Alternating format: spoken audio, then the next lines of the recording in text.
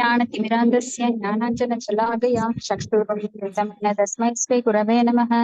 श्रीचैतन्यमनोभीष्टं स्थापिनं येन भूतले स्वयं रूपकथामह्यं ददाति स्वपदान्तिकम्। वन्देऽहं श्रीगुरो श्रीयुतपदाकमलं श्रीगुरून् वैष्णवांश्च श्रीरूपं साक्षाचितं सगणरघुनाथान्वितं तं सजीवं साद्वैतं सावधूतं परिजनसहितं कृष्ण चैतन्य देवं श्री राधा कृष्ण पादान् संगणललिता श्री विशाखान्वितांस हे कृष्णा करुणा सिन्धो दीनबन्धो जगत्पते गोपेश गोपिका कान्त राधा कान्त नमोऽस्तुते तप्त काञ्चन गौरांगी राधा वृन्दावनेश्वरी वृषभानुसुते देवी प्रणमामि हरिप्रिये वाञ्छाकल्पतरुभ्यश्च कृपा सिन्धुभ्यश्च पतितानां पावनेभ्यो वैष्णवेभ्यो नमो नमः। श्री कृष्ण चैतन्य प्रभु नित्यानंद श्री अद्वैत गदाधर श्रीवासादि गौरभक्त वृंदा हरे कृष्ण कृष्ण कृष्ण हरे हरे हरे राम राम राम हरे हरे। नमो विष्णुपदाय कृष्ण पृष्ठाय भूतले श्रीमते भक्ति वेदांत स्वामिनिधि नामिने नमस्ते सारस्वते देवे गौरवाणी प्रचारिणे निर्विशेष शून्यवादी वाचात्य देशतारिणे जय श्री कृष्ण चैतन्य प्रभु नित्यानंद श्री अद्वैत गदाधर श्रीवासादि गौर भक्त वृंदा। ओम नमो भगवते वासुदेवाय ओम नमो भगवते वासुदेवाय ओम नमो भगवते वासुदेवाय। नारायणं नमस्कृत्यं नरं चैव नरोत्तमं देवीं सरस्वतीं व्याचं ततो जयमुदीरयेत्। नष्टप्रायेषु अभद्रेषु नित्यं भागवत सेवया भगवति उत्तम श्लोके भक्तिर्भवति नैष्ठकी। हरे कृष्णा। இன்னைக்கு பாகவதம் முதல் காண்டம் அத்தியாயம் 14 பதம் 5. निमित्राणि अत्यरिष्टानि काले तु अनिगते निर्णाम लोभादि अधर्म प्रकृतिं दृष्टवोचानुजं निरुपः। हरे कृष्णा। पढ़ेंगे माताजी। हरे कृष्णा। प्रणाम माताजी। प्रणाम माताजी। ஓம் நமோ பகவதே வாசுதேவாய. ஏதோ சொல்ல வந்தீங்களா? இல்ல மாதாஜி, படிங்க. ஓகே. ஓம் நமோ பகவதே வாசுதேவாய. மொழிபெயர்ப்பு. பொருளுரை வணங்கியவர் தெய்வத்திரு ஆசா பக்தி வேதாந்த பிரபுபாதாக்கு ஜெய். ஹரே கிருஷ்ணா. மொழிபெயர்ப்பு. பொதுமக்களும் நாளடைவில் பேராசை, கோபம், கர்ப்பம் போன்றவற்றுக்கு பழக்கப்பட்டு விட்டனர். இந்த சகனங்களை எல்லாம் கவனித்த யுதிஷ்ட மகாராஜன் அவரது இளைய சகோதரிடம் பின்வருமாறு கூறினார். பொருளுரை. சிறந்த பக்திமானாகிய யுதிஷ்ட மகாராஜன் பேராசை, கோபம், மதப்பற்றின்மை மற்றும் வஞ்சகம் போன்ற கொடிய அறிகுறிகள் மனித சமூகத்தில் பெருகிவிட்டதை கண்டு உடனே அமைதி குலைந்தவரானார். இழிவடைந்த சமூகத்தில் காணப்படும் இந்த அறிகுறிகளை அக்காலத்திய மக்கள் அறிந்திருக்கவில்லை என்பதை கூற்றிலிருந்து தெளிவாகிறது. சண்டை சச்சரவுகள் நிறைந்த கலியுகம் ஆரம்பமானதும் இவற்றையெல்லாம் அனுபவித்து அவர்கள் திகைப்படைந்தனர். ஹரே கிருஷ்ண மாதாஜி. ஹரே கிருஷ்ண மாதாஜி. இப்போ கலியுகத்துல நம்ம ஏற்கனவே பார்த்திருக்கோம், மிகவும் கொடூரமான குணங்கள் எல்லாம் தலையெடுத்து அங்க பேயாட்டம் பேய் போல நடமாடும். இப்ப பேராசை, கோபம், கர்வம் இதுக்கெல்லாம் பொதுமக்கள் அவங்களவே பழக்கப்படுத்திட்டாங்க. ஏன்னா கலிபுருஷன் ஆதிக்கம் அதனாலதான் உண்டாகுது. ஏன்னா கலியுகத்துல மக்கள் எப்படி இருப்பாங்கன்னு ஏற்கனவே நாம படிச்சிருக்கோம். பிரேயானால் அல்பாயுசக சப்பியகல அஸ்மின் யுகே ஜனாக மந்தாக சுமந்த மதையும் மந்த பாக்கிய உபத்ருதக. எப்பவுமே சண்டை பிரியர்களா இருப்பாங்க. சத்தியயுகம், திரேதாயுகம், துவாபர யுகம் அதுல எல்லாம் இருக்கிற குவாலிட்டி அப்படியே படிப்படியா கம்மியாயிட்டு கலியுகத்துல அதர்மம் தலையெடுத்து நடமாடிட்டு இருக்கோங்க. அடுத்தது பதம் 6. யுதிஷ்ட உவாச்ச சம்பிரேஷிதோ துவாரகாயாம் ஜிஷ்ணுர்பந்து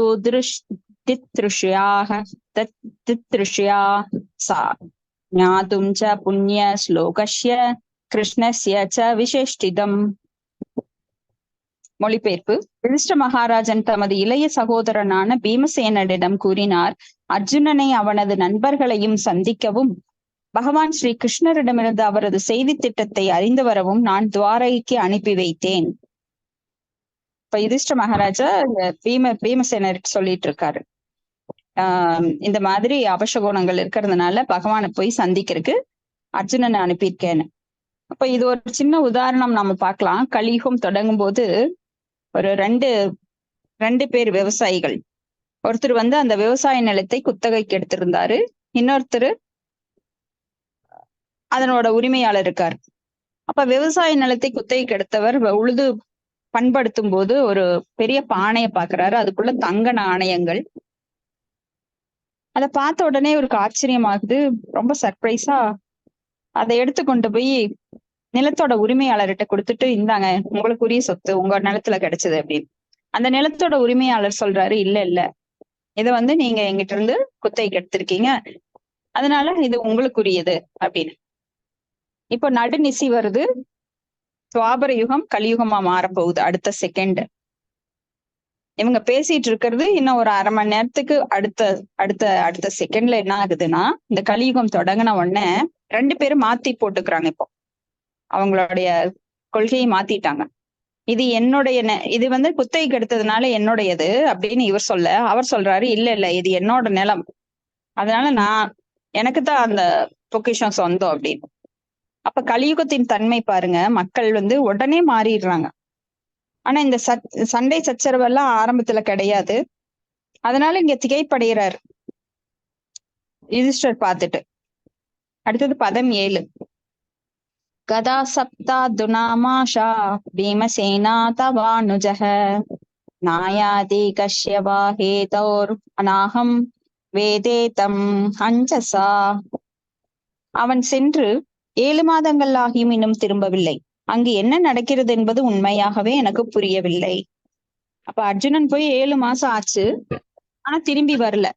தகவல் கொண்டு போன அனுப்புன ஆளு, நீங்க எங்காவது போய், அந்த காலத்துல போன், டெலிபோனு, டிவி, இந்த மாதிரி கம்யூனிகேஷன் எல்லாம் ரொம்ப எதுவுமே கிடையாது. புறா அனுப்புவாங்க. நம்ம சிபி சக்கரவர்த்தி தூது வர்ற புறா அதெல்லாம் பார்த்திருக்கோம் நாம. அந்த காலத்துல புறாவை தூதுவா அனுப்புவாங்க, இல்ல ஒரு ஏதாவது ஒரு ஆளை தூதுவனா அனுப்புவாங்க. அவங்க போயிட்டு வர்றதுக்கு அவ்வளவு தொலைவா இருக்கும், நடைப்பயணமா தான் போகணும், இல்ல குதிரையில போகணும். ஆனா இவரை அனுப்பி, அர்ஜுனனை அனுப்பி ரொம்ப நாளாச்சு, 7 மாசம் ஆச்சு, இன்னும் காணோன்னு சொல்லிட்டு இருக்காரு. பதம் 8. அபிதேவர்ஷினா திஷ்ட ச காலோயம் உபஸ்திதஹ யாத்மனோ அங்கம் ஆக்ரீடம் பகவான் உச்சித்ருஷதி. ஹரே ஹரே கிருஷ்ணா. படையங்க மாதா. மொழிபெயர்ப்பு. தேவரிஷி நாரதர் சுட்டி காட்டியதைப் போல் அவரது மண்ணுலக லீலைகளை அவர் முடித்துக் கொள்ளப் போகிறாரா? அந்த நேரம் வந்து விட்டதா? பொருளுரை. நாம் பலமுறை விளக்கி இருப்பதை போல் பரம புருஷரான பகவான் ஸ்ரீ கிருஷ்ணருக்கு பல விருப்பங்கள் உள்ளனர். அவர்கள் ஒவ்வொருவரும் சம சக்தியுடையவர்கள் என்ற போதிலும் அவர்கள் வெவ்வேறு கடமைகளை செய்கின்றனர். பகவான் கூறிய வெவ்வேறு வாக்கியங்கள் பகவத்கீதையில் உள்ளன. அவற்றில் ஒவ்வொன்றும் வெவ்வேறு விரிவங்கங்களுக்கு அல்லது விரிவங்கங்களின் அங்கங்களுக்கு உரியவை ஆகும். உதாரணமாக, கீதையில் பகவான் கூறுகிறார், பரதகுல தோன்றலே, எங்கெல்லாம் எப்போதெல்லாம் தர்மம் நிலை குலைந்து அதர்மம் மேலோங்குகிறதோ அப்போதெல்லாம் நான் அவதரிக்கிறேன். பகவத்கீதை 4.7 கூறப்பட்டது. பக்தரை காத்து தீயவரை அழித்து மத கொள்கைகளை நிலை நிறுத்துவதற்காக யுகந்தோறும் நான் அவதரிக்கிறேன். பகவத்கீதை 4.8. நான் செயலாற்றுவதை நிறுத்தினால் மனிதகுலம் வழிதவறி சென்றுவிடும். நானும் தேவையற்ற ஜனத்தொகை உண்டாவதற்கு காரணமாகி புலனறிவுள்ள ஜீவன்களின் அமைதியை குலைத்தவன் ஆவேன். பகவத்கீதை 3.24. உயர்ந்த மனிதனின் செயல்களை எல்லாம் சாதாரண மனிதன் பின்பற்றுவான். தன் செயலால் எந்த தரத்தை அவன் ஓமை அமைத்து காட்டுகிறானோ அதையே உலகம் முழுவதும் பின்பற்றுகிறது. பகவத்கீதை 3.21. பகவானின் மேற்கண்ட கூற்றுகள் அனைத்தும் சங்கர்ஷனர், வாசுதேவர், பிரத்யும்னர், அனிருத்தர் மற்றும் நாராயணரை போன்ற அவரது விரிவங்கங்களுக்கு பொருந்துவனவாக உள்ளன. இவர்கள் வெவ்வேறு உன்னத விரிவங்கங்களாக தோன்றும் பகவானே ஆவார். இருப்பினும் ஸ்ரீ கிருஷ்ணராக பகவான் வெவ்வேறு நிலைகளில் உள்ள பக்தர்களுடன் வேறுபட்ட முறைகளில் உன்னதமான அன்பு பரிமாற்றம் கொள்கிறார். பகவான் ஸ்ரீ கிருஷ்ணர் பிரம்மாவின் 24 மணி நேரத்திற்கு அல்லது 8,640,00,000 சூரிய ஆண்டுகளுக்கு ஒரு முறை ஒவ்வொரு பிரபஞ்சத்திலும் தமது சுயரூபத்தில் தோன்றுகிறார். மேலும் அவரது உன்னத லீலைகள் ஒவ்வொரு பிரபஞ்சத்திலும் குறித்த காலத்தில் வெளிப்படுத்தப்படுகின்றன. ஆனால் இக்குறிப்பிட்ட காலங்களில் தோன்றும் பகவான் கிருஷ்ணர், பகவான் வாசுதேவர் முதலானவர்களின் செயல்கள் பாமர மனிதனுக்கு புரியாத புதிராக உள்ளன. பகவானின் ஆத்மாவுக்கும் உன்னதமான அவரது உடலுக்கும் எந்த வேறுபாடும் இல்லை. அவரது விரிவங்கங்கள் வேறுபட்ட செயல்களை செய்கின்றனர். ஆனால் பகவான் ஸ்ரீ கிருஷ்ணராக அவரது சுய ரூபத்தில் தோன்றும் பொழுது அவரது மற்ற விரிவங்கங்களும் அவருக்குள் இணைந்து தோன்றுகின்றன. இது நினைத்திற்கரிய அவரது யோக மாயையினால் நிகழ்வதாகும். எனவே பிருந்தாவன கிருஷ்ணர் மதுராபுரி கிருஷ்ணர் அல்லது துவாரகாபுரி கிருஷ்ணரிலிருந்து வேறுபட்டவர் ஆவார். குருட்சேத்திர போர்க்களத்தில் காண்பிக்கப்பட்ட விஸ்வரூபம் அவரது உருவத்தின் பௌதீக தோற்றமாகும். எனவே பகவான் ஸ்ரீ கிருஷ்ணர் வேடனின் அம்பால் கொல்லப்பட்டது போல் காணப்படுவது பகவான் பெயரளவையான அவரது ஜட உடலை விராட் ரூபம் பௌதீக உலகிலேயே விட்டு சென்றார் என்பதை குறிக்கிறது. கைவல்யமான பகவானுக்கு ஜடம் ஆன்மீகம் ஆகிய இரண்டுக்கும் இடையில் வேறுபாடு இல்லை. ஏனெனில் அனைத்தும் அவரிடமிருந்தே படைக்கப்படுகின்றன. எனவே ஒருவித உடலை அவர் விடுவது அல்லது மற்றொரு உடலை அவர் ஏற்பது என்பது பகவான் சாதாரண ஜீவராசியை போன்றவர் என்பதை குறிப்பதாகாது. பகவானின் நினைத்திற்கரிய ஆற்றலினால் இத்தகைய செயல்கள் எல்லாம் ஒரே சமயத்தில் ஒன்றாகவும் வேறாகவும் உள்ளன. யுதிஷ்ட மகாராஜன் பகவானின் மறைவை எண்ணி துக்கப்பட்டார். இது மிகச்சிறந்த நண்பரின் மறைவை எண்ணி துக்கப்படும் வழக்கத்திற்கு ஒப்பானதாகும். ஆனால் அறிவற்றவர்கள் தப்பாக எண்ணுவதைப் போல் பகவான் அவரது உன்னதமான உடலை ஒருபோதும் கைவிடுவது இல்லை என்பதுதான் உண்மை. இத்தகைய அறிவிலிகளை கீதையில் பகவான் மூடர்கள் என்று கண்டிக்கிறார். பகவான் அவரது விராட் ரூபத்தை ஜட உலகிலேயே விட்டு சென்றார்.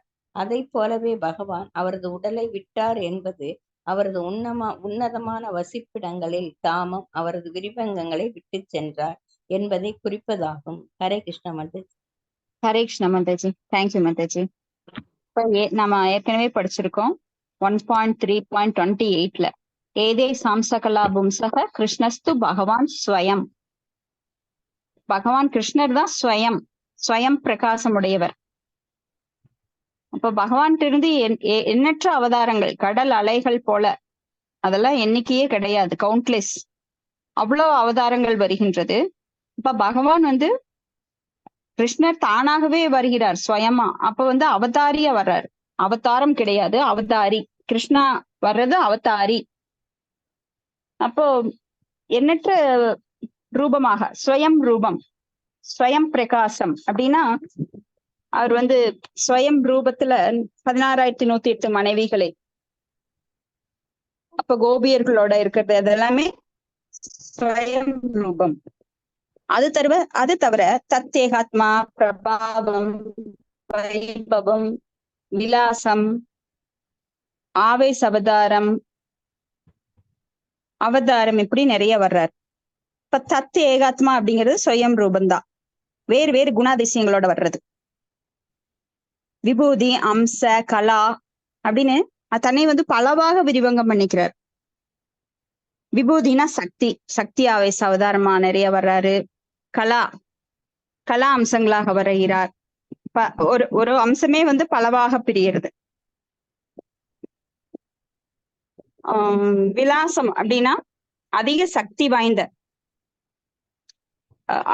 சக்தி வாய்ந்தவரா வர்றது. நாராயண அம்சமா வர்றது, வராக தேவரா வர்றது, நரசிம்மரா வர்றது. அது விலாச ரூபம். சக்தி ஆவேச அவதாரமா பரசுராமர், இன்னைக்கு அவர் தோன்றிய தினம் அக்ஷய திருதியை நாள், இன்னைக்கு அவர் தோன்றிய தினம். ஏன்னா இந்த 1.3.28 அந்த ஸ்லோகம் பரிபாஷ சூத்திரம் அப்படின்னு சொல்லப்படுது. பரிபாஷ சூத்திரம்னா என்ன? எல்லாத்துக்கும் அடிப்படை. ஒரு வீட்டுக்கு நான் வீடு கட்டுறேங்க அப்படின்னா அந்த வீட்டுக்கு அடிப்படை என்ன? அஸ்திவாரம். அஸ்திவாரம் இல்லாம நீங்க மேல செங்கல் வச்சுட்டு போனீங்கன்னா அது ஆட்டங்கன்றும். அது போல இந்த 1.3.28 அந்த அது நான் உங்களுக்கு நல்லா டிராயிங் போட்டு வாட்ஸ்அப்ல அனுப்பி நான் ஷேர் பண்ணி இந்த கிளாஸ்லயே நான் உங்களுக்கு நிறைய சொல்லியிருக்கேன் அதை பத்தி. இப்ப பரிபாஷ சூத்திரம் அப்படின்னு சொல்லப்படுற இந்த சூத்திரம் தெரிஞ்சதுன்னா தான் நீங்க மேல வந்து பாகவதத்தை புரிஞ்சுக்க முடியும்.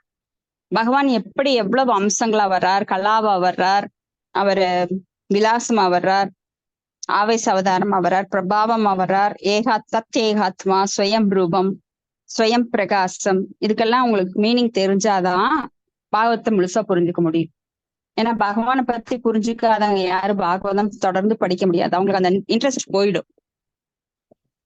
ஏன்னா இது வந்து ஒரு அரசர் தலைமையில 18,000 படை வீரர்கள் போறாங்க. அந்த 18,000 படை வீரர்களுக்கு யார் தலைமை? அரசர்.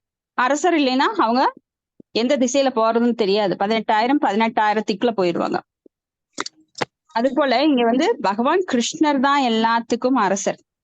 பகவான் கிருஷ்ணர்கிட்ட வர்ற அவதாரங்கள் எல்லாமே அவருடைய விரிவங்கங்கள். விரிவங்கங்கள் வந்து சில சமயம் சக்தி மிக்கவையாக, மிகுந்த சக்தி கொண்டவையாக எடுத்துட்டு வரலாம். இல்ல ஒரு இடத்துல இவ்வளவுதான் சக்தி வேணும் அப்படின்னா அந்த அளவு மட்டும் சக்தி எடுத்துட்டு வருவாரு. இப்ப நரசிம்மர் வந்தார், ஹிரண்யகசிபை கொன்றார், அவர் வேலை முடிஞ்சிச்சு, திரும்பி போயிட்டார்.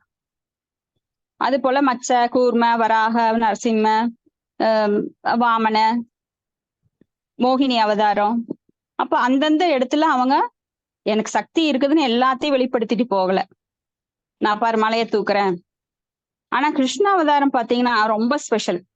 ஏன்னா 64 தெய்வீக குணங்களையும் அங்க வெளிப்படுத்துவார். எல்லா லீலைகளும் செய்வார். அங்க தாசிய, சக்கிய, மாதுரிய, வாத்சல்ய, எல்லா பாவங்களும் அங்க இருக்கும். ஆனா மற்ற லீலைகள்ல உங்களால பார்க்க முடியாது. மற்ற லீலைகள்ல ஒரு சிறு பகுதியை தான் பார்க்க முடியும், சிறு அம்சத்தை தான் பார்க்க முடியும். இப்படி பகவானுக்கு வந்து எண்ணற்ற சக்திகள் இருக்கு. அந்த சக்திகள் மூலமா தன்னை பரவாக விரிவங்க பண்ணிக்கிறாரு. அப்ப அதன் மூலமா அவர் இந்த ஜட சக்தியை மெயின்டைன் பண்றார். பகவான் ஸ்ரீ கிருஷ்ணரே தானாக எல்லா இடத்துக்கும் வர்றது கிடையாது. இப்ப ஸ்ரீ கிருஷ்ணரா வந்தப்ப கூட அவர் பல அசுரர்களை, அகாசுரன், பகாசுரன், திருநாவர்தன், இந்த மாதிரி பூதனா போன்ற பல அரக்கர்களையும், சகடாசுரன் போன்ற பல அரக்கர்களை கொள்கிறார். ஆனா அவர் தான் செய்யறாரான்னு கேட்டா இல்ல, அவருக்குள்ள இருக்கிற வாசுதேவ கிருஷ்ணர் வந்து கொள்றார். இப்ப பகவானுக்கு வந்து எந்த வேலையுமே கிடையாது. அது போல அவர் வந்து ஐஸ்வர்ய பாவத்துல துவாரகையில் இருக்கிறார். அப்போ அந்த கிருஷ்ணர் பிருந்தாவன கிருஷ்ணரோட நாம ஒப்பிட முடியாது. ஏன்னா ஐஸ்வர்ய பாவத்துல இருக்கிற கிருஷ்ணர் என்ன பண்ணுவாரு, உங்களுக்கு ஐஸ்வர்யம் வேணும் அப்படிங்கிறவங்களுக்கு அவர் காட்சி கொடுக்கிறார், அவர் அருள் பாலிக்கிறார். ஆனா பிருந்தாவன கிருஷ்ணர் பிரேமைக்கு மட்டுமே அடிமை. உங்ககிட்ட பிரேமை இருக்கா, அன்பு இருக்கா, அப்ப விருந்தாவன கிருஷ்ணர், நீங்க விருந்தாவன கிருஷ்ணரை வேண்டலாம். மதுராபுரி கிருஷ்ணர் வேற. மதுராபுரி கிருஷ்ணர் அதாவது துவாரகாபுரி கிருஷ்ணர், இவங்க வந்து வேறுபட்டவங்க விருந்தாவன கிருஷ்ணர்கிட்ட இருந்து. அப்ப விஸ்வரூபம் நாம பார்த்திருக்கோம் பகவத்கீதையில 10வது அத்தியாயத்துல. இப்ப விஸ்வரூபம் என்ன அப்படின்னா அது பௌதிக தோற்றம். ஏன்னா பகவான் வந்து தன்கிட்ட இருந்துதான் எல்லாத்தையுமே கொண்டு வர்றார். அவர் உள்ளிலும் இருக்கிறார், வெளியிலும் இருக்கிறார். உள்ள இருந்து அவர் வந்து அவரோட சக்திகளாக இது வந்து நம்மளோட இந்த கிருஷ்ணர் வந்து சக்திகளாக தன்னை உருமாற்றுகிறார். பௌதிக சக்திகளாகவும் சொல்லுகிறார், ஆன்மீக சக்திகளாகவும் வருகிறார், பகவானாகவும் இருக்கிறார். அவர் மயா தக்ஷேன பிரகிருதி சுயதேச சராச்சரன்னு தன் கண்களாலேயே எல்லாவற்றையும் படைக்கிறார்.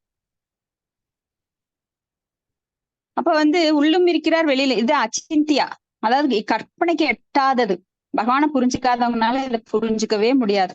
பகவானோட சக்திகளை புரிஞ்சுக்காதவங்கனால. நினைத்தற்கரிய ஆற்றல் இது.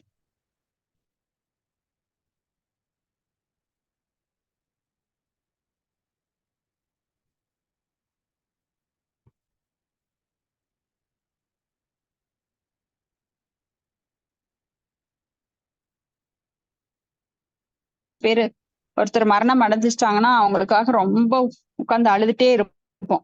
ஆனா இது எப்போ நாம பிறப்பு எடுக்கிறோமோ அப்பவே மரணம் நிச்சயிக்கப்பட்ட ஒன்று, நாம போவோங்கிறது தெரியும். ஆனா அதை மறந்து நாம செயல்பட்டு கொண்டிருக்கும் போது ஒரு நாள் ஒருத்தருக்கு மரணம் வந்தது அப்படின்னா உடனே அதுக்காக நாம ரொம்ப புலம்புவோம்.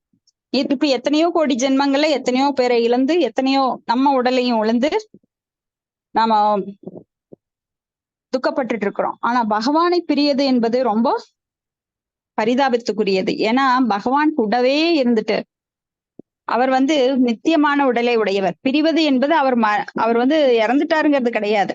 அப்படி நினைக்கிறவங்க அவஜானந்தி, மாமூடா, மூடர்கள். ஏன்னா பகவான் மனித உடல் எடுத்துட்டாரு, அவர் கர்ப்பத்துல இருக்காரு, அவர் பிறந்தார், மறுபடியும் மறைந்தார், அப்படி மறுபடியும் இறந்துட்டாரு அப்படிங்கறதெல்லாம் அருவவாதிகள் அவங்கெல்லாம் ஸ்பெகுலேட் பண்ணிக்கிறது, மென்டல் ஸ்பெகுலேட் பண்ணிக்கிறது, மனக்கற்பனை. ஆனா பகவானோட தோற்றம் எப்படி? சூரியனை போன்று. சூரியன் உதிக்குது அப்படிங்கிறோம். உண்மையில சூரியன் உதிக்குதான், பூமி தான் சுழலுது. சூரியன் அதே இடத்துலதான் இருக்கு. அப்ப சூரியன் வந்துருச்சுங்கிறாங்க, அப்புறம் போயிருச்சுங்கிறாங்க. அது வர்றதும் இல்ல, போகிறதும் இல்ல, பூமி தான் சுழலுது. அது போல பகவான் என்றும் இருக்கிறார், எப்பொழுதும் இருக்கிறார், எங்கும் இருக்கிறார். பகவானுடைய சக்திகளாக எங்கும் விருந்திருக்கிறது. பகவான் இல்லாத இடமே கிடையாது. இப்ப உங்ககிட்ட இல்லையா, எங்கிட்ட இல்லையா? யாராவது இல்லைன்னு சொல்ல முடியுமா? பக்தியில் இருக்கிறவங்க யாரும் சொல்ல முடியாது. ஏன்னா உள்ள பரமாத்மாவாக இருக்கின்றார், எங்கும் ஜடத்திலும் இருக்கிறார் பரமாத்மாவாக. அவர் இல்லைன்னா இந்த பூமி சுழலாது. அவரது சக்தி தான் எல்லாவற்றையும் இயக்குகின்றது. காற்று அடிக்கிறது, மழை பெய்கிறது, வெயில் அடிக்கிறது, எல்லாமே அவரோட சக்திகள் தான். அப்ப அந்த சக்திகள் மூலமாக இருக்கிறார். இப்ப சூரியன் இருக்கு. சூரியன் யாரு? கட்டுப்படுத்துபவர். சூரிய கதிர்கள் என்ன? கட்டுப்படுவது. சூரிய கதிர்கள் போய் சூரியனை கட்டுப்படுத்த முடியாது. சூரியன் சூரிய கதிர்களை கட்டுப்படுத்தலாம். அது போல பகவானிலிருந்து வந்த அம்சமான நாம பகவானுக்கு கட்டுப்பட்டவர்கள். அவர்தான் பரமபுருஷன், நம்ம புருஷர்கள். அப்ப பரமபுருஷருடன் போட்டி போட முடியுமா? சூரிய கதிர்கள் சூரியனை நோக்கி நான் உன்னை கட்டுப்படுத்துறேன் பாரு அப்படின்னு அது போய் உன்னை இருட்டாக்குறேன் பாருன்னு சொல்ல முடியுமா? அது மாதிரிதான் இப்ப நாம நடந்துக்கிறோம். அப்ப விராட் ரூபம் என்பது பகவானுடைய பௌதீகமான ரூபம். அது எங்கேயுமே வச்சு வழிபடுறது கிடையாது. நாம பார்த்திருப்போம். எங்காவது விராட் ரூபத்தை வச்சு வணங்கி இருக்காங்களா? கிடையாது. ஏன்னா விராட் ரூபம் பூதுவா பூதுவா பிரிலியதேன்னு அழிந்து அழிந்து மீண்டும் வரக்கூடியது. அப்ப பகவான் அவர் போனார் அப்படின்னா அவரை உடலை விட்டு விட்டார் என்பது கிடையாது. அவரது உன்னதமான வசிப்பிடங்கள் தாமம், அவரது விரிவங்கங்களை விட்டு சென்றார் என்பதை குறிப்பது. அப்ப அவர் தாமம். இன்னொரு ஸ்லோகால சொல்றாங்க, பகவான் போயிட்டார் எதையே? தர்மத்தை எல்லாம் எடுத்துட்டு. கிருஷ்ணஸ்வதாமோ பகதே தர்ம ஞானாதிபிஹசக. தர்மத்தையும் ஞானத்தையும் அவரை கொண்டு போயிட்டார். அதனாலதான் இப்ப யுதிஷ்ட மகாராஜா பாக்குறார் எங்கும் அமங்கலமா இருக்கு. தர்மம் ஞானம் இல்லைன்னா ஒரு சமுதாயம் எப்படி இருக்கும்? அந்த இடத்துல குழப்பங்கள், அமங்கலங்கள் தோன்றும். அதைத்தான் இங்க யுதிஷ்ட மகாராஜா பாக்குறார். அடுத்தது பதம் 9. யஸ்மான சம்பதோ ராஜ்யம் தாரா பிராணா குல பிரஜாஹ ஆசன் சபத்ன விஜயோ லோகாஸ்சயத் அனுகிரகாத். ஹரே கிருஷ்ணா. யார் படிக்கிறேன்? சம்பத்தோ ராஜ்யம் தாரா பிராணக்லம் பிரஜகா ஆசன் சப்தானாய் விஜயா லோகா சயாத் அன்கிரகாத். பக்தி வேதாந்த சுவாமி சீல பிரபுபாதருக்கு ஜெய். மொழிபெயர்ப்பு. அவரிடம் இருந்துதான் நம்முடைய ராஜபோக வாழ்வு, நெல்ல மனைவிகள், உயிர்கள், சன்னதியினர், பிரஜைகள் ஆளும் சக்தி, எதிரிகளை வெல்லும் சக்தி மற்றும் எதிர்காலத்தில் உயர் கிரகங்களில் வாழும் வசதி ஆகிய அனைத்தும் சாத்தியமாகியுள்ளன. நம்மீதான் அவரது தனிப்பெரு கருணையே இதற்கே காரணமாகும். பொருளுரை. நெல்ல மனைவி, நெல்ல வீடு, போதுமான நிலம், நெல்ல குழந்தைகள், செல்வ சிறப்பு உள்ள குடும்பங்களுடனான உறவு, எதிரிகளை வெல்லும் சக்தி ஆகியவையும் புண்ணிய செயல்களால் அடையப்படும் சொர்க்கலோக வாழ்வு ஆகியவையும் பௌதிக செல்மை எனப்படுகின்றன. இவ்வசதிகள் கிடைப்பதற்கு ஒருவது கடின உழைப்பல்லது நேர்மட்ட வழிகள் மட்டுமல்லாமல் பகவானின் கருணையும் காரணமாகும். ஒருவரது சொந்த முயற்சியால் அடையப்படும் செழுமையும் பகவானின் கருணையே சார்ந்ததாக உள்ளது. சுயமுயற்சியுடன் பகவானின் அருளும் வேண்டும். பகவானின் அருளிலிருந்து சுய உழைப்பால் மட்டுமே யாராலும் வெற்றியடைய முடியாது. கலியுக மனிதன் பகவானின் அருளை நம்பிக்கை கொள்ளாமல் சுயமச்சில் மட்டுமே நம்பிக்கை கொண்டிருக்கிறான். இந்தியாவில் ஒரு புகழ்பெற்ற ஒரு சன்னியாசி கூட சிகாகோ நகரில் சொற்பொழிவாற்றும் பொழுது பரமபுருஷன் அருளை மறுத்தை பேசினார். ஆனால் ஸ்ரீமத் பாகவதத்தில் நான் காண்பது போல் வெற்றியளிப்பதற்குரிய இறுதியான அனுமதி பகவானின் கரங்களில் உள்ளது.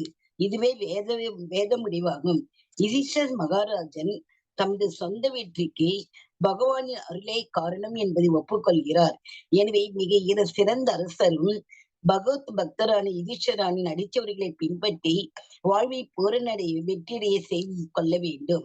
பகவானின் அனுமதியின்றி ஒருவரால் வெற்றி பெற இயலுமானால் நோயாளிகள் நோயை தீர்ப்பதில் எந்த மருத்துவரும் தோல்வியடைய மாட்டார். மிக சிறந்த மருத்துவர் ஒருவர் மிகவும் முன்னேற்றமான சிகிச்சை முறையால் ஒரு நோயாளிக்கு சிகிச்சை அளித்த போதிலும் மரணம் சம்பவிக்கிறது. ஆனால் மிகவும் நம்பிக்கையற்ற நிலையில் உள்ள ஒரு நோயாளிக்கு மறுசிகிச்சை இல்லாமலே ஆச்சரியப்படும் வகையில் நோய் குணமாகி விடுகிறது. எனவே நல்லதோ கெட்டதோ எல்லா செயல்களுக்கும் பகவானின் அனுமதி தான் உடனடியான காரணமாகும். ஒருவன் தான் அடைந்துள்ள வெற்றிகளுக்காக நன்றி செலுத்த வேண்டும். ஹரே கிருஷ்ண மாதாஜி, தேங்க்யூ. ஹரே கிருஷ்ண மாதாஜி, தேங்க்யூ மாதாஜி. அப்போ இங்க நாம நிறைய புண்ணிய காரியங்கள் செய்யறோம், அதற்கு ஏற்ப நல்லதை அனுபவிக்கிறோம். அப்ப தீய காரியங்கள் செய்யும் போது அது பாவமாக மாறி நம்மளுக்கு கூடம், பீஜம், பிராவர்த்த, அப்ராவர்த்த, பலோன்முகம், இந்த பல நிலைகள்ல பாவ விளைவுகள் விதைக்கப்பட்டது, செடியாக முளைத்தது, அது பழமாக கனிந்து அதை இப்ப அனுபவிச்சுட்டு இருக்கிறது. இனிமேல் அனுபவிக்க போகின்ற பலன்கள் அப்படின்னு பல்வேறு நிலைகள்ல நாம நம்மளுடைய பாவ கர்மங்களை அனுபவிச்சுட்டு இருக்கிறோம். ஏன்னா யாருக்குமே துன்பம் என்பது இல்லாத வாழ்க்கை கிடையாது. இது துக்காலயம். அப்போ போன துன்பங்கள் நம்மளுக்கு அவ்வளவுதான், முடிஞ்சிருச்சு, இனி நல்ல நேரம் அப்படின்னு ஒரு ஜோதிடர் சொல்றாருன்னா உண்மையில அது ஒரு முட்டாளோட சிந்தனை தான். நல்ல நேரங்கிறது கிடையாது இந்த உலகத்துல. ஏன்னா இங்க துக்காலயம், துக்கம் அனுபவிக்கிறதுக்கே வந்திருக்கோம். கர்ம பூமி. நாம் செய்கின்ற கர்மங்கள் மாறி மாறி நம்மளை தாக்கிட்டே இருக்கு. அப்போ ஒருத்தர் புண்ணியம் செய்திருந்தால் கூட அது உபத்ரஷ்டா அனுமந்தா பக்தா போட்டா மகேஸ்வர பரமே மேதி சாப்பியுக்தோ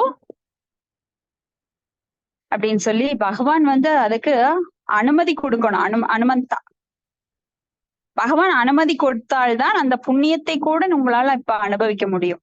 நான் நிறைய புண்ணியம் செஞ்சுட்டேன், அதனால நான் நல்லா இருக்க போறேன் அப்படின்னு மமதியில யாரும் உட்காந்துருக்க முடியாது. அதுக்கு கூட பகவானுடைய அனுமதி வேணும்.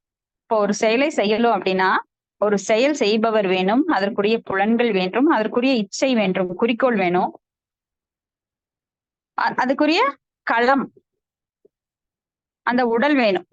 களம் அப்படின்னா ஒரு செயலை செய்யணும்னா எந்த இடத்துலயும் ஒரு இடம் இருக்கணும். அப்ப அது கடைசியா யாரு? செய்பவர். அந்த செய்பவருக்கு அனுமதி கொடுக்கறது யாரு? பரமாத்மா. இப்ப பரமாத்மா கொடுத்தா மட்டும்தான் உங்களுக்கு அந்த காரியத்துல வெற்றி அடைய முடியும். நான் நிறைய நல்லது பண்ணிருக்கேன், அதனால அனுபவிக்க போறேன்னு நாம் உட்காந்து இருக்க முடியாது. அப்ப பரமாத்மாவை நீங்க என்ன பண்ணணும்? வழிபட வேண்டும். வழிபடாதவங்களுக்கு கூட கிடைக்குது. ஆனா அது போன ஜென்மத்துல அவன் செஞ்ச புண்ணியத்தின் பலன் கிடைக்குது. ஆனா இனி அவனோட பலன் எப்படி இருக்கும்? ஒரு சேவிங்ஸ் டப்பால நீங்க உண்டியில உடச்சு எல்லாம் எடுத்துட்டீங்க, அப்புறம் என்ன ஆகும்? அங்க எம்டி பாக்ஸ். அதுக்கப்புறம் அவனுக்கு தொடங்கும் பாருங்க அடி மேல அடி. அப்போ பகவானை மதிக்காதவங்க எல்லாம் இந்த கதிக்கு தான் ஆளாவாங்க. ஒரு நோயாளி கூட பாருங்க மருத்துவமனையில நல்ல நம்பிக்கையோட சொல்லுவாங்க, இவருக்கு நல்லா ஆயிடுச்சுங்க, இனி நீங்க வீட்டுக்கு கூட்டிட்டு போலாம். வீட்டுக்கு கூட்டிட்டு போக போக ஒரு 2 நாள்ல இறந்துருவார். வீட்டுக்கு கூட்டிட்டு போலான்னு சொல்லி ஒரு 2 நாள்ல இறந்துருவார் ஹாஸ்பிட்டல்லே. டாக்டர் நீங்க அப்படி சொன்னீங்க, என் கையில எதுவும் இல்லைங்க, நான் ஆப்ரேஷன் நல்லா தான் இருந்தாரு, திடீர்னு இப்படி ஆயிடுச்சு, எனக்கு தெரியல அப்படின்னு கையை விரிச்சிருவாரு. ஃபீஸ் எல்லாம் கரெக்டா வாங்கிக்குவாரு. ஆனா இதே பாருங்க, ஒருத்தர் முடியவே முடியாதுங்க, இவர் ரொம்ப சீரியஸ், எங்கனால ஒரு 5 நாள் கேரண்டி கொடுக்க முடியும், 5 இல்ல 10 நாளுக்குள்ள இறந்துருவாருங்க, வீட்டுக்கு எடுத்துட்டு போயிருங்க. ஆனா அவர் மாச கணக்குல உயிர் பிழைச்சிருப்பாரு. எங்க மாமனாருக்கே சொல்லியிருக்காங்க, இவருக்கு ஹார்ட் ரொம்ப வீக்கா இருக்கு, இவரு ஒரு 2 வருஷம் தான், அதுக்கப்புறம் இவரால் முடியாது. அதுக்கப்புறம் 10 வருஷம் இருந்தாரு. அந்த காலத்துல சைக்கிள் ஓட்டிட்டு பால் எடுத்துட்டு வருவார் தோட்டத்துல இருந்து. நல்ல உழைப்பாளி. அப்போ அவர் டாக்டரே நம்ப மாட்டார். ரொம்ப தைரியசாலி. 10 வருஷம் உயிரோட தர சொல்லி சொல்லி காமிப்பார். இந்த டாக்டர் தான் என்னை 2 வருஷத்துல போயிருவேன்னு சொன்னான். ஹாஸ்பிட்டல்ல போனா அவங்க குளுக்கோஸ் ஏத்துவாங்க. அது 2 பாட்டில்லாம் ஏத்திட்டு வந்துருவாரு வீட்டுக்கு. அதுக்கு மேல போட்டா உனக்கு காசு வேணா வேற எவனாவது பிடிச்சிக்கோ, என்னை விட்டு அப்படின்னு சொல்லி அவரே கழட்டிட்டு வந்துருவார் ஃபீஸை கொடுத்துட்டு. அந்த மாதிரி ஒரு தைரியசாலி. அப்ப டாக்டருங்க சொல்றதெல்லாம் நடக்கிறது கிடையாது. ஏன்னா அவங்களே குறையுடைய புலன்களை உடையவர்கள், குறையுடையவர்கள். அடுத்த ஸ்லோகம் பதம் 10. பஸ்யோத்பாதான் நர வியாக்ர திவ்யான் பௌமான் சதைஹிஹான் தாருணான் சம்சதோ தூராத் பயம் நோ புத்தி மோகனம்.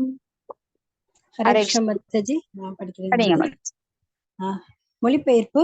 ஒரு புலியின் பலத்தை பெற்றவனே, உயர் கிரகங்களின் ஆதிக்கத்தாலும் பூமியில் விளையும் பிரதிபலன்களாலும் மற்றும் உடலால் விளையும் துன்பங்களாலும் எத்தனை இன்னல்கள் விளைந்துள்ளன பார். இவை அனைத்தும் வெகு விரைவில் நம் புத்தியை கெடுத்து ஆபத்தை விளைவிக்கப் போகும் கெட்ட சகுனங்களாகும்.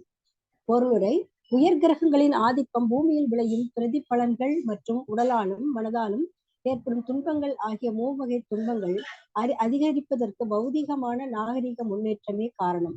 உயர் கிரகங்களின் ஆதிக்கத்தால் அதிக வெப்பம், குளிர், மழை அல்லது வறட்சி மற்றும் இவற்றின் விளைவுகளான உணவு பஞ்சம் மற்றும் தொற்று நோய் போன்ற பல துன்பங்கள் உண்டாகின்றன. இவற்றின் மொத்த பலனாக உடல் துன்பமும் மன கிளேசமும் விளைகின்றன. பௌதிக விஞ்ஞான முன்னேற்றத்தால் இந்த மூவகை துன்பங்களை தடுத்து நிறுத்த முடியாது. இத்துன்பங்கள் பகவானின் ஆணைப்படி இயங்கும் மாயா சக்தியினால் அளிக்கப்படும் தண்டனைகளாகும். எனவே பக்தி தொண்டால் பகவானுடன் எப்பொழுதும் தொடர்பு கொண்டு இருக்க வேண்டும். இது மனித கடமைகளை நிறைவேற்றுவதில் நமக்கேற்படும் தொல்லைகளை ஆற்றிவிடும். ஆனால் கடவுளின் இருப்பில் நம்பிக்கை கொள்ளாத அசுரர்கள் இந்த மூவகை துன்பங்களை தடுப்பதற்கு சொந்த திட்டங்களை தீட்டுகின்றனர். இதனால் எப்பொழுதும் அவர்கள் தோல்வியையே சந்திக்கின்றனர். எனவே ஜடசக்தியின் பிரதிபலன்களை ஒருபோதும் வெற்றி கொள்ள முடியாதென்று பகவத்கீதை 7.14 தெளிவாக கூறுகிறது. ஆனால் பக்தியுடன் பகவானிடம் முழுமையாக சரணடைபவரால் அவற்றை சுலபமாக வென்றுவிட இயலும். ஹரே கிருஷ்ணா. ஹரே கிருஷ்ணா மாதாஜி. தேங்க்யூ மாதாஜி. அப்போ 3 வகை துன்பங்கள் நாம அனுபவிச்சுட்டு இருக்கிறோம். ஒண்ணு, நமக்கு நாமே ஏற்படுத்தி கொள்கின்ற துன்பம். நாம எப்பவுமே நல்ல செயல்களை தொடர்ந்து செய்யறது கிடையாது. முக்குணங்களால் ஆளப்படுகின்ற நாம் சில சமயம் ரஜோகுணத்துல இருக்கிறோம், சில சமயம் தமோ குணத்துல இருக்கிறோம். அப்ப ரஜோகுணத்திலும் தமோ குணத்திலும் செயல்படும் போது பாவ காரியங்களை செய்யறோம். அதனால நமக்கு நாமே கொடுக்கின்ற துன்பம். ஏன்னா தீதும் நன்றும் பிறன் தரவாரா. நாம அனுபவிக்கிற ஒரு துன்பத்துக்கு காரணம் நாமே தான். நாம பிறரை வேணா கை காட்டலாம், அது நம்மளோட அறியாமை, முட்டாள்தனம். அவனால எனக்கு இருந்தது, இவனால எனக்கு வந்தது. இப்ப நீங்க போய் ஒரு கல்லுல காலை அடிச்சீங்கன்னா கல்ல புடிச்சு அடிச்சிட்டு இருக்க மாட்டீங்க. நீ என்னோட தடத்துல இருந்த, பாதையில இருந்த, உன்னாலதானே எனக்கு காலு பாரு இப்போ புண்ணாயிடுச்சு, ரத்தம் வருதுன்னு கல்ல அடிக்க மாட்டோம். அதுக்கு நாம காரணம்தான் அப்படின்னு நாம புரிஞ்சுக்குவோம். அது போலத்தான் உயிருள்ள யாரு நம்மளுக்கு துரோகம் பண்ணாலும், திட்டினாலும், அடிச்சாலும் அவங்க எல்லாம் வெறும் கருவிகள். எய்தவன் இருக்க அம்பை நோவது ஏன்னு. அது போல அத்தியாத்மிகா, ஆதி பௌதிகா, ஆதி தெய்வீகா. ஆதி பௌதிகா அப்படின்னா பிற உயிர்வாளிகளால் நமக்கு ஏற்படும் துன்பம். இப்ப ரோட்ல நடக்கிறோம், திடீர்னு ஒரு நாய் குறுக்க வந்துருச்சு, வண்டியில அப்படியே உழுகுறோம், நம்மளுக்கு அடிபடுது, பலத்த அடியா இருக்குது. அப்ப நாய் போலீஸ்ல கம்ப்ளைண்ட் கொடுத்து இந்த நாயை தூக்கி உள்ள போடுங்க அப்படின்னு சொல்லுவோமா? இல்ல ஒரு மரத்துல போய் நம்ம காரை வச்சு மோதிக்கிறோம். அப்ப அந்த மரத்தை கொண்டு போய் ஜெயில போடுவோமா? அப்போ பிற உயிர்வாளிகள், ஒரு மாடு வருது, அது நம்மள முட்டிடுது. இப்படி பிற உயிர்வாளிகள் நம்மளுக்கு ஆபத்தை கொடுக்குது. சில சமயங்கள்ல கொசு கடிக்குது, அதனால வைரஸ் பரவுது, பாக்டீரியா போன்ற சிறு உயிர்வாளிகள் கூட நம்மளை தொந்தரவு பண்ணுது, கண்ணுக்கே தெரியாது. பிற உயிர்வாளிகளால் வரும் துன்பம், சின்ன உயிர்வாளில இருந்து பெரிய உயிர்வாளி வரைக்கும். நீங்க கடல்ல விழுந்தீங்கன்னா ஒரு திமிங்கலம் உங்களை கடிக்குது. இந்த மாதிரி எத்தனையோ ஆபத்துக்கள். ஒரு காட்டுக்குள்ள போனீங்கன்னா சிங்கம், புலி, யானையால துரத்தப்பட்டு கடிக்கப்பட்டு உயிரிழக்கிறவங்க நிறைய பேர் இருக்காங்க. நம்ம பேப்பர்ல பார்த்திருப்போம், காட்டு யானையினால் மிதிப்பட்டு அந்த வாட்ச்மேன் உயிரிழந்தார் ஆமா. அப்படின்னு சொல்லி நிறைய நம்ம பார்த்திருக்கோம். அப்ப பிற உயிர்வாளிகளால் வரும் துன்பம். போன ஜென்மத்துல நான் செஞ்ச அந்த உயிர்வாளிக்கு ஏதோ தவறு, இப்ப நிறைய பேர் கோழி அடிச்சு திங்கிறாங்க, ஆடு அடிச்சு திங்கிறாங்க. அவங்க எல்லாம் திரும்பி கோழியா ஆடா வந்துதான் மனுஷ பிறவிக்கு வரணும். அதனாலதான் நான்வெஜ் விட்டுருங்க விட்டுருங்கன்னு சொல்றது. ஏன்னா பகவான் நம்மளுக்கு அந்த சட்டத்தை கொடுக்கல. நம்மளுக்கு பத்திரம் புஷ்பம் பழம் தோயம்னு தான் சொல்லியிருக்காரு.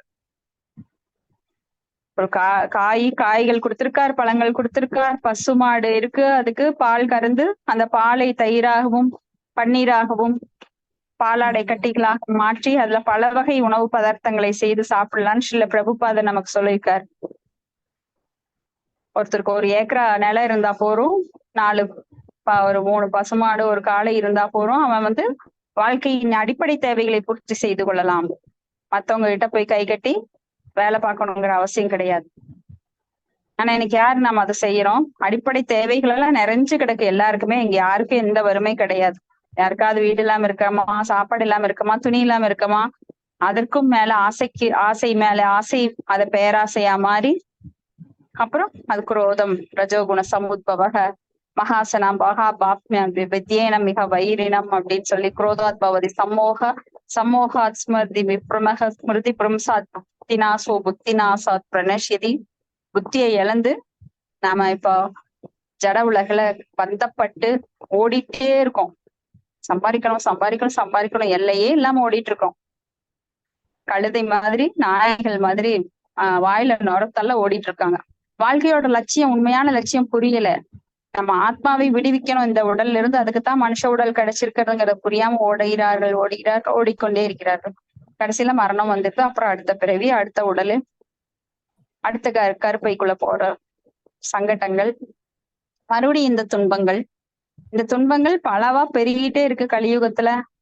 சில பிரபுபாதர் சொல்றாரு, கலியுகத்துல வேண்டாம், நீங்க திருப்பி கடவுளோட லோகத்துக்கு போயிருங்க, உங்க சொந்த இடத்துக்கு போங்க. இந்த வாடகை வீட்டுல இருந்துட்டு உங்களோடதுன்னு மமதியில் இருக்காதீங்க, எதுவுமே உங்களோடது கிடையாது. நீங்க உடல் போனா எல்லாம் போயிடும். அது உடல் இருக்கிறப்பவே எல்லாருக்கும் போயிருது. பிசினஸ்ல லாஸ் ஆனா அவ்வளவுதான், இருக்கிற வீடு காலி, இருக்கிற காரும் இல்ல, பங்களாம் இல்ல, எதிரிகள் ஆயிடுவாங்க. மனைவி மக்களே எதிரிகள் ஆயிடுவாங்க. நீங்க ஏதாவது லாஸ் பண்ணி பாருங்க. ஒரு குடும்ப தலைவன் ஏதாவது லாஸ் ஆச்சு அப்படின்னா முதல்ல பொண்டாட்டி எதிரி ஆயிடுவா. எங்க அம்மா வீட்டுல இருந்து அதோட கொண்டு வந்தேன், நீங்க எல்லாம் தொலைச்சிட்டீங்க, இதெல்லாம் உங்களோட முட்டாள்தனம், உங்களோட வாழ முடியாது. இன்னைக்கு இருக்கிற குடும்பங்கள் அப்படித்தான் இருக்கு. மகன் கேட்பான், நீ எனக்கு என்ன சம்பாதிச்ச, நல்ல காலேஜ்ல சேர்த்தனியா? உன்னை பார்க்க முடியாது, ஏன்னா நான் எனக்கு நீ ஒண்ணுமே பண்ணல, பண்ணினாலே பார்க்க மாட்டாங்க. அப்ப இந்த மாதிரி லாஸ் ஆயிடுச்சுன்னா அந்த குடும்ப தலைவனுக்கு அந்த அதிர்ஷ்டம் இருந்தாதான் மரியாதை. அவன் சம்பாதிக்க முடியல, இல்ல நட்டம் ஆயிடுச்சு அப்படின்னா அவனோட மரியாதை அதோ கதிதான். மதிக்கிறக்கு ஆள் கிடையாது. அது மட்டுமல்ல, வயசானா நம்ம பாக்குறோம் எத்தனை வீட்டுல வயசானவங்களுக்கு எவ்வளவு மரியாதை இருக்குன்னு. பல் போனா சொல்லு போச்சுன்னு ஒதுக்கி வச்சிருவோம். அப்போ வயதானாவும் மரியாதை கிடையாது. இப்படி இந்த ஜட உலகுல ஏகப்பட்ட ஆபத்துகள் இருக்கு. அத்தியாத்மிகா, ஆதி பௌதிகா, அடுத்தது ஆதி தெய்வீகா. நீங்க ஜோதிடர்கிட்ட ஜாதகம் எடுத்துட்டு போனீங்கன்னா சொல்லுவாங்க, முதல்ல ஒரு 2 வருஷம் போனீங்கன்னா சூரிய தோஷம் இருக்கு, அடுத்து சந்திர தோஷம் இருக்கு, அப்புறம் போனீங்கன்னா சனி தோஷம் இருக்கு, அப்புறம் ராகு தோஷம் இருக்கு, கேது தோஷம் இருக்கு. பிறந்ததுல இருந்து இறக்குற வரைக்கும் எல்லா தோஷம் வந்துட்டேதான் இருக்கும். அப்ப இது எதனால? நான் தேவையில்லாம இந்த உலகத்துக்கு உடல் எடுத்து வந்ததுனால. இங்க வர வேண்டிய தேவையே கிடையாது, செயல் செய்ய வேண்டிய அவசியம் கிடையாது. அடிப்படை வசதிகளை மட்டும் செஞ்சுட்டு, நம்மளுக்கு சாஸ்திரங்கள் என்ன சொல்லுது? தர்ம அர்த்த காம மோக்ஷ. யார் இப்படி இருக்கா? தர்மத்தை விட்டுறாங்க, மோட்சத்தை விட்டுறாங்க.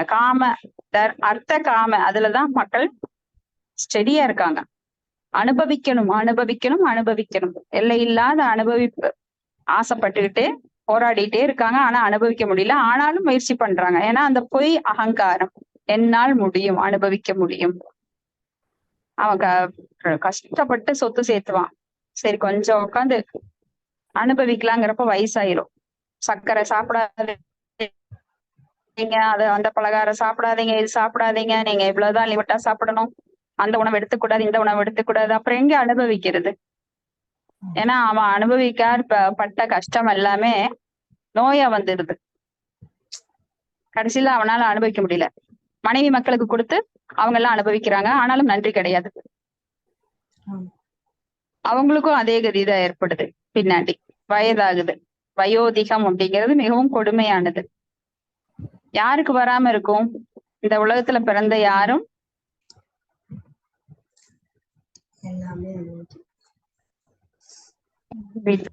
மற்றும் இருக்கிறது. அடுத்தது பதம் 10.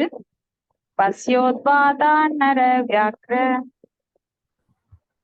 பதம் 10 படிச்சாச்சு மாதாஜி. சரிங்க. பதம் 11. ஊரு அஷீபாஹோ மஹ்யம் ஸ்புரந்தி அங்க புன புன வேபதுஷ்சாபி ஹிருதயே ஆராதாஸ்யந்தி விப்ரியம். ஹரே கிருஷ்ணா. படிச்சுங்களா மாதாஜி? நானே படிங்க. மொழிபெயர்ப்பு. என்னுடைய உடலின் இடப்புறம் என் தொடைகள், கரங்கள் மற்றும் கண்கள் ஆகியவற்றில் அடிக்கடி நடுக்கம் ஏற்படுகிறது. பயத்தால் இதயம் அடித்துக் கொள்கிறது. விரும்பத்தகாத சம்பவங்கள் நிகழ. பொருளுரை. பௌதீக வாழ்வு விரும்பத்தகாத விஷயங்கள் நிறைந்ததாக உள்ளது. நமக்கு விருப்பமில்லாதவைகள் உயர் சக்திகளால் நம்மீது திணிக்கப்படுகின்றன. விரும்பத்தகாத இவ்விஷயங்கள் 3 ஜட இயற்கைகளின் பிடியில் இருப்பதை நாம் காண்பதில்லை. ஒருவரின் கண்கள், கரங்கள் மற்றும் தொடைகள் ஆகியவற்றில் இடைவிடாமல் துடிப்பு ஏற்படுமானால் விரும்பத்தகாதது எதுவோ நடக்கப் போகிறது என்பதை புரிந்து கொள்ள வேண்டும். விரும்பத்தகாத இவ்விஷயங்கள் காட்டுத்தீயை போன்றவை ஆகும். காட்டிற்கு சென்று யாரும் தீ வைப்பதில்லை. ஆனால் தானாகவே காட்டுத்தீ ஏற்பட்டு காட்டில் உள்ள ஜீவராசிகளுக்கு பெரு துன்பங்களை விளைவிக்கிறது. இத்தகைய ஒரு தீய மனித முயற்சியால் இத்தீயை மனித முயற்சியால் அணைத்துவிட முடியாது.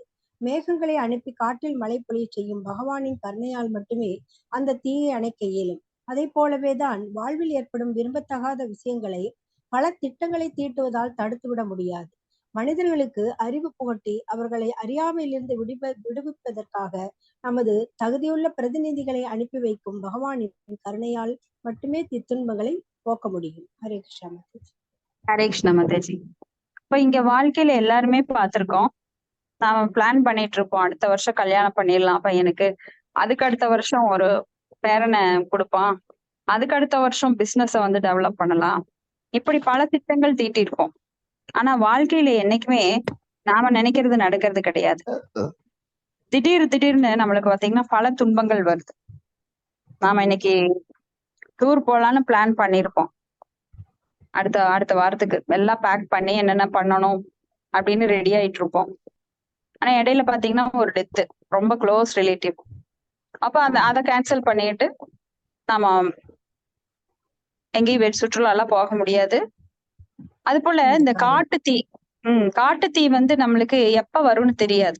யாராலையும் அது பற்ற வைக்கப்படுவதில்லை. யாராவது போய் தீப்பெட்டி எடுத்துட்டு போய் காட்டுல தீ வச்சுட்டு வர்றாங்களா? காட்டுத்தீ மூங்கில் உராய்வதால் அது எப்ப பற்றுதுன்னு தெரியாது. அந்த காட்டுத்தீயை அணைக்கிறது ரொம்ப சிரமம். அது பல நாட்கள் எரியும். டெவலப்டு கண்ட்ரீஸ் லைக் யூஎஸ்ஏல எல்லாம் கூட பாத்தீங்கன்னா காட்டுத்தீயை அணைக்க முடியல அவங்களால. ஹெலிகாப்டர்ல போய் தண்ணியை எடுத்து ஊத்துவாங்க. அப்ப கூட ஓரளவுதான் முடியுமோ, கட்டுப்படுத்த முடியாது அவங்களால. முழுவதுமாக கட்டுப்படுத்த முடியாது. அப்ப பகவானோட கருணையினால அது தானாக அணையிற வரைக்கும் ஒரு பெரும் மழை வந்தா அது அணையும். அது போல பகவானோட கருணை இல்லாம யாராலும் இந்த ஜட துன்பத்தை நாம வந்து மீறி வர முடியாது. நம்ம வாழ்க்கையில எல்லா கஷ்டங்களும் வந்துட்டேதான் இருக்கு. எந்த வீட்டுக்கு வீடு வாசப்படி கலர் கலரா இருக்கு. உங்க வீட்டுல ஒரு பச்சை கலர்னா எங்க வீட்டுல மஞ்சள் கலர், அடுத்த வீட்டுல. ஆனா கஷ்டங்கள் வேற வேற. ஆனா கஷ்டங்கள் தான். அப்ப கஷ்டங்கள் இருந்து கொண்டே இருக்கிறது. தேவி ஹேஷா குணமயி மம மாயா துரத்தியா மாம் ஏவையே பிரபத்தியந்தே மாயாம் ஏதாம் தரந்திதே. அப்ப இந்த முக்குணங்கள்னால நாம சிக்குண்டு தவிச்சிட்டு இருக்கோம். இந்த தணலை எப்படி அணைக்க முடியும்? இப்ப நாமெல்லாம் இங்க வந்து 1 மணி நேரம் பேசுறோம், நம்மளுக்கு ஒரு நிம்மதி இருக்கு. ஆனா இதை விட்டு போனா நம்மளுக்கு என்ன ஆகுது? மைண்டு ஒண்ணு பழச நினைக்கும், இல்லைன்னா வரப்போறத நினைக்கும், இப்ப இல்லைன்னா இருக்கிற பிரச்சனைய நினைச்சிட்டு இருக்கோம். அந்த மைண்ட் மனசை வந்து கட்டுப்படுத்தவே முடியாது. ஈவன் அர்ஜுனன் சொல்றாரு பகவான் கிருஷ்ணர்கிட்ட. அர்ஜுனன் யாரு? தூய பக்தர், நண்பர், பகவானுடைய சகா அப்படிப்பட்டவர் சொல்றார், சஞ்சலம் ஹி மன கிருஷ்ண பிரமாதி பலவத்திரிடம் தஸ்யாகம் நிக்கிரகம் மன்யே அப்படின்னு சொல்லி, காற்றை கூட வாயுர் ஏவஷு துஷ்கர அப்படின்னு, காற்றை கூட என்னால் கட்டுப்படுத்த முடியும், ஆனா என்ன மனசை கட்டுப்படுத்தவே முடியல. அர்ஜுனனுக்கே அந்த நிலைமையில நாமெல்லாம் நினைச்சு பார்த்தா என்ன ஆகும்? நம்ம மனசை கட்டுப்படுத்த முடியறதா? ஹரே கிருஷ்ண மந்திரம் சொல்றோம், யாரு பியோரா சொல்றா? பகவானோட திருப்பாதங்களை நினைச்சு, 16 மாலைகள் பகவானோட பாதத்தை தான் நினைச்ச, வேற இன்னுமே நினைக்கலன்னு யாராவது சொல்ல முடியுமா? நம்மள யாராவது ஒருத்தராவது முன் வந்து சொல்ல முடியுமா?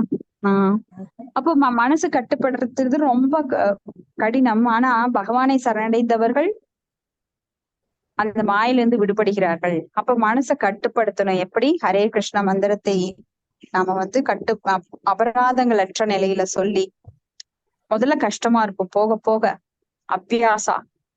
அபியாசான பயிற்சியின் மூலமாக, வைராகியத்தின் மூலமாக, எவ்வளவோ வைராகியங்கள் நம்மள ஜட வாழ்க்கையில பாத்தீங்கன்னா, நான் அவங்க கூட பேச மாட்டேன், பக்கத்து வீட்டுக்காரன் ரொம்ப என்னை கொடுமை பண்ணிட்டான், அவன் வீட்டு மரத்துல இருக்கிற இலையெல்லாம் எங்க வீட்டுக்குள்ள வந்துருச்சு, இந்த காம்பவுண்ட கொஞ்சம் தள்ளி போட்டுட்டான், அவன் வந்து சரியில்லை அப்படின்னு சொல்லி நாம வைராக்கியமா பேசாம இருப்போம்.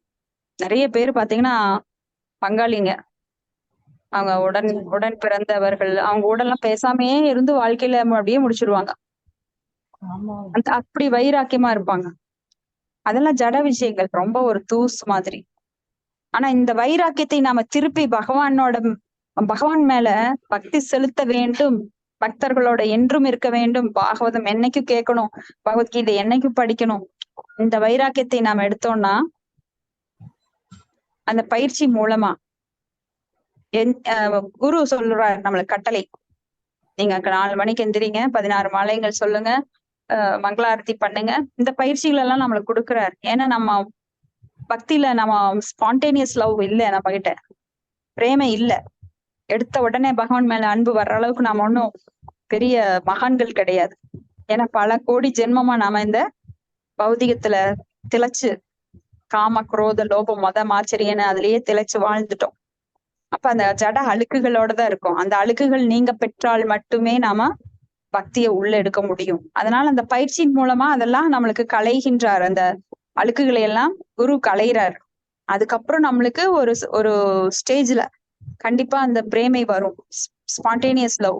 எடுத்த உடனே இப்ப நீங்க எடுத்த உடனே ஒருத்தர் பார்த்தோன்னா லவ் வருதா? கிடையாது. அவங்களோட கேரக்டர் கேட்டு, அவங்கள ரொம்ப நாள் பார்த்து அவங்க ரொம்ப நல்லவங்க, நான் அடிச்சா கூட திருப்பி அடிக்க மாட்டேங்கிறாங்க, நான் திட்டினா கூட நீ திட்ட மாட்டேங்கிறாங்க, அவங்க கூடவே இருக்காங்க, எல்லாம் நல்லா செய்யலாம், அப்ப ரொம்ப பிடிச்சிரும் உங்களுக்கு, அவங்க மேல உங்களுக்கு தானா அன்பு வரும். அது போல பகவானோட நற்குணங்களை எல்லாம் கேட்டு கேட்டு கேட்டு கேட்டு பகவான் வந்து நம்மளுக்கு அப்பாற்பட்டவர் கிடையாது, நமக்குள்ளேயே இருக்கார், நமக்கு நல்லது செய்யறார், பல கோடி ஜென்மமா செஞ்சுட்டு இருக்கார். இது எல்லாம் நமக்கு புரிய வர்றப்போ அந்த லவ் கொஞ்சம் கொஞ்சமா, அந்த அன்பானது விரிவடைஞ்சிட்டே வருது. ஒரு சமயத்துல அது பிரேமையா மாறி நம்மளுக்கும் அந்த நல்ல நிலை வருது. அப்பதான் நம்மளுக்கு அந்த பாகவத மார்க்கம் கிடைக்குது. இப்பெல்லாம் நாம விதி மார்க்கத்துல இருக்கோம்.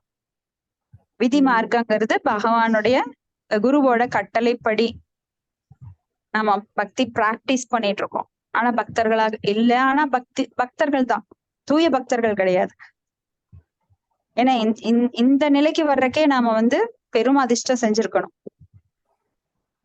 இது சாதாரண விஷயம் கிடையாது. நம்மளுக்கு கீழே பாருங்க, எத்தனை கோடி மக்கள் இத கூட தெரியாம ஸ்ரீல பிரபுபாதர் அதுக்குதான் கண்ணீர் வடிக்கிறார். ஏன்னா அவர் பேரன்பு கொண்டவர் பகவான் மாதிரியே. ஏன்னா பகவானோட பக்தர்கள் பகவானை விட பேரன்பு கொண்டவர்கள். எத்தனை பேர் இங்க ஓடிட்டு இருக்காங்களே, இவங்களுக்கெல்லாம் புரிய மாட்டேங்குது வாழ்க்கையோட லட்சியம் என்னன்னு. இப்படி ஓடுறாங்களே, ஓடிட்டே இருக்காங்களே, எதுக்காக ஓடுறாங்க? பகவானோட அந்த பிரேமை புரிஞ்சுக்க மாட்டேங்கிறாங்களே. அப்போ தனது தகுதியுள்ள பிரதிநிதிகளை அனுப்பி வைக்கும் பகவானின் கருணையை மட்டுமே இத்துன்பங்களை போக்க முடியும். இந்த 3 துன்பங்களை போக்கணும் அப்படின்னா பகவானோட கருணை மட்டும்தான் நம்மளுக்கு உதவும். நம்மளோட சக்தி எல்லாம் முடியாது. நம்மளோட சக்தி எல்லாம் என்னைக்கும் தளரக்கூடியது, மறைந்து போகக்கூடியது. பகவான் நினைச்சானா ஒரு செகண்ட்ல நம்மளுக்கு நாடி நரம்பெல்லாம் நின்னு போயிடும். அடுத்தது பதம் 12. शिवैहोत्यन्तम् आदित्यम् अभिरौधि अनलानन मामङ्ग शारमेयो अयम् अभिरेपति अभिरुवत्.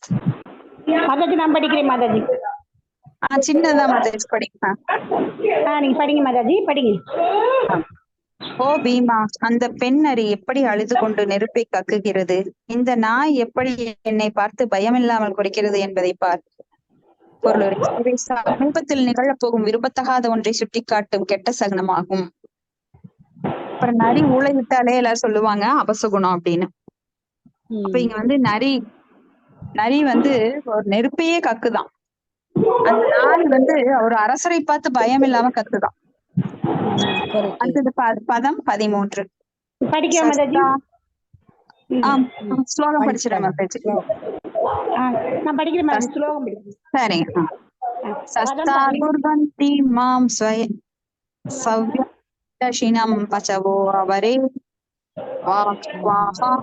புருஷ வியாக்ர லசயே ருததோ மம. ஒரு எக்ஸ்ட்ரா ஒரு சவுண்ட் கேட்டுட்டே இருக்கு. அதான் ஏதோ பாத்திரம் உருட்டுற சவுண்ட் கேக்குது. தெரியல மாதாஜி, இங்க நான் இங்க இருந்துல. மொழிபெயர்ப்பு மாதாஜி என்ன சொல்லவே இல்லை. நம்ம மொழிபெயர்ப்பு பொருளை வழங்கியது ஆசா பக்திவேதாந்த சுவாமி சில பிரபாதஜி. மனிதரில் புலியான பீமசேனா இப்பொழுது பசுவை போன்ற உபயோகமுள்ள மிருகங்கள் இடப்புறமாக என்னை கடந்து செல்கின்றன. கழுதைகளை போன்ற தாழ்ந்த மிருகங்கள் என்னை வலம் வருகின்றன. என்னை கண்டதும் என் குதிரைகள் அழுவன போல் காணப்படுகின்றன. ஹரே கிருஷ்ண மாதாஜி. ஹரே கிருஷ்ண மாதாஜி. பசு போன்ற மிருகங்கள் எல்லாம் இடம் வருது, கழுதைகள் எல்லாம் வலம் வருகிறது. ஏன்னா பசு வந்து வலம் வரணும். அப்ப குதிரைகள் எல்லாம் அழுவது போல ரொம்ப சோகமா இருக்கு. பதம் 14.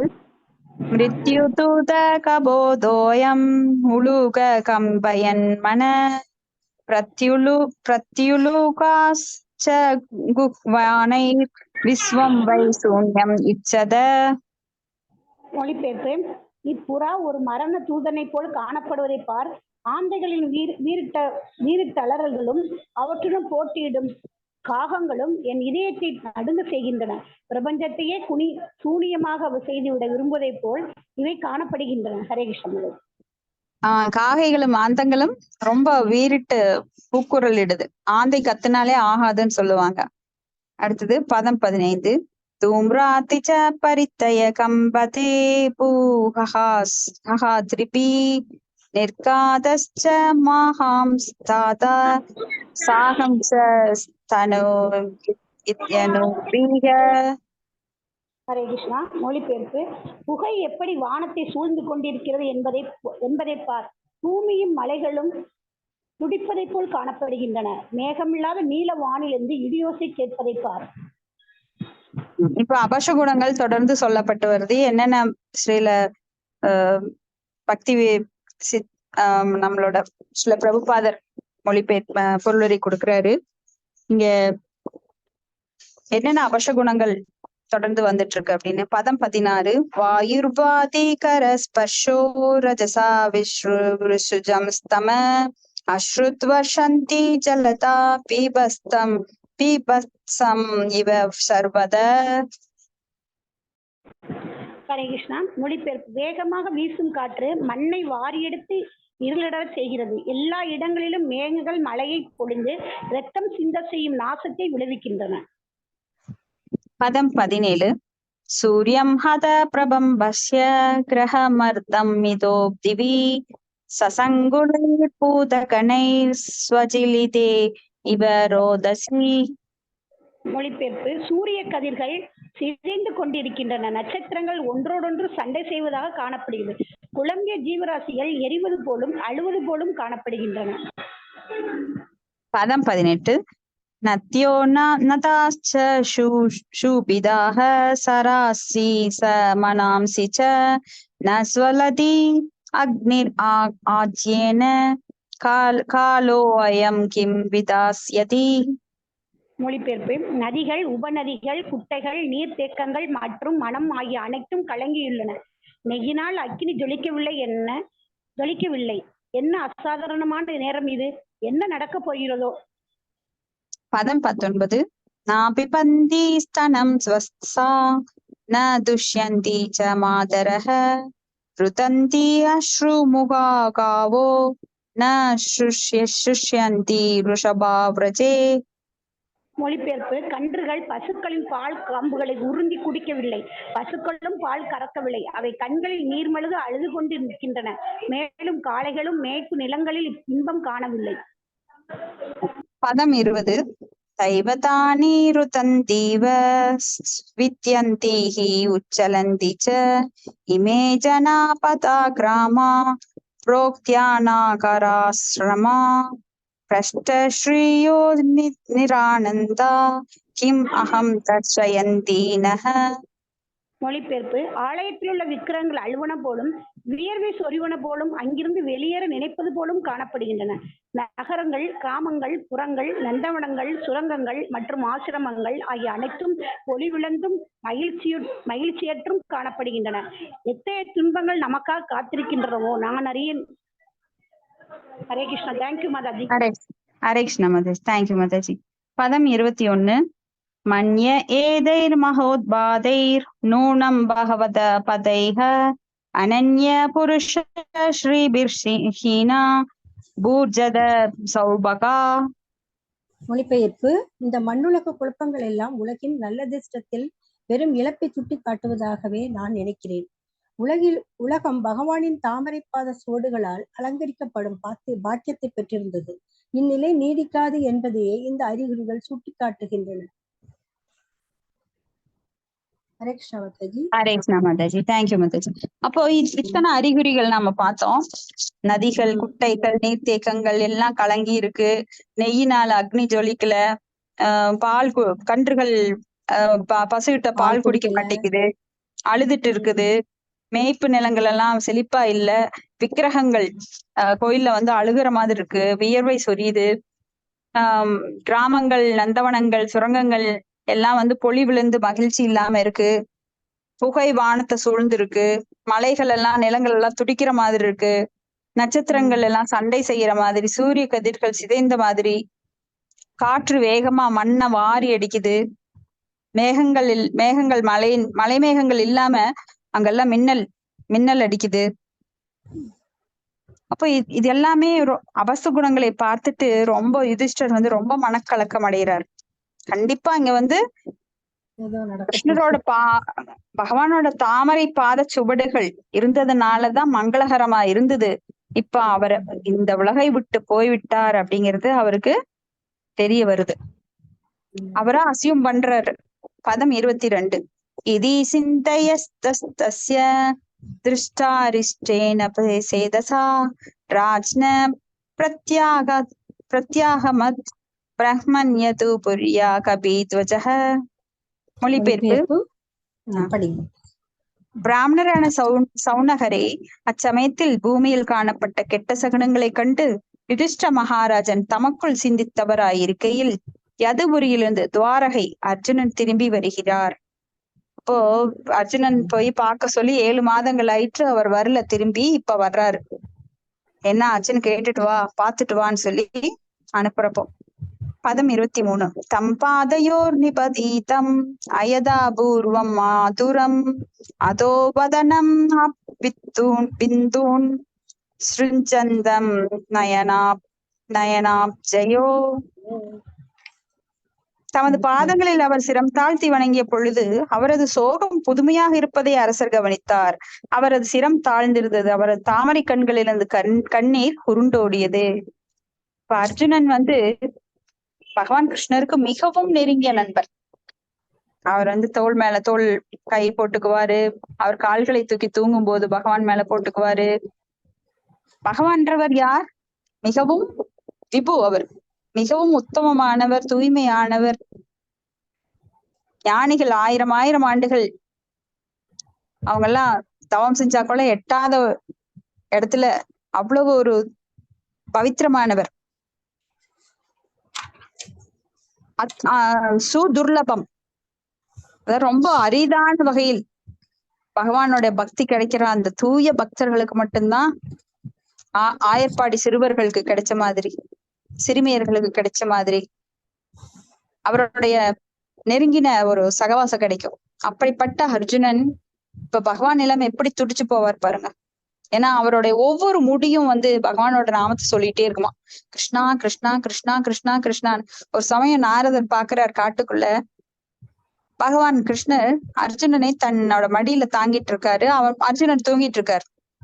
இப்ப நாரதருக்கு ரொம்ப கோபம். கிருஷ்ணர் யாரு, எப்பேற்பட்டவர்? சாதாரண ஒரு மானுடன்.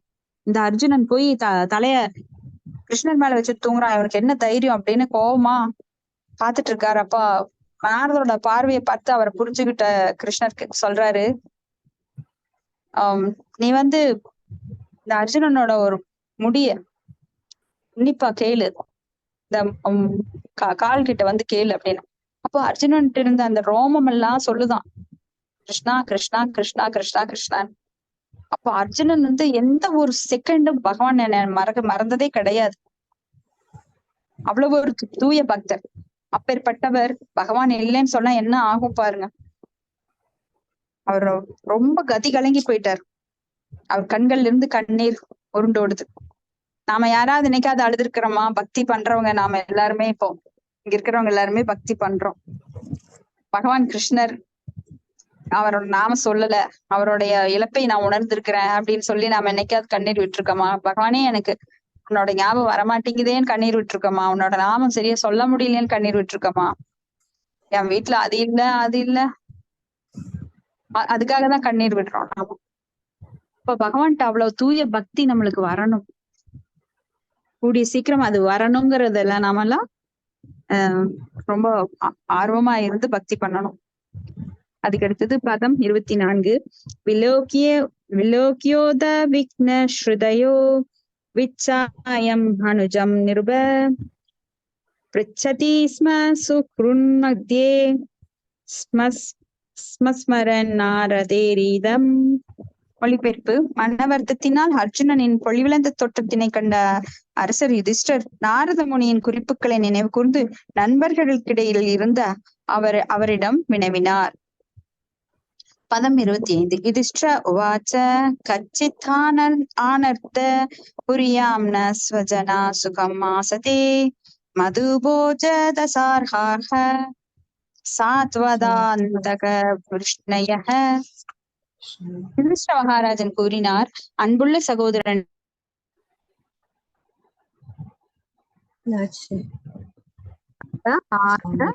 சாத்வத, அந்தக மற்றும் யதுவம்ச அங்கத்தினர்கள் போன்ற நமது நண்பர்களும் உறவினர்களும் அவர்களது நாட்களை மகிழ்ச்சியாக கழித்து என தயவு செய்து என்னிடம் கூறு.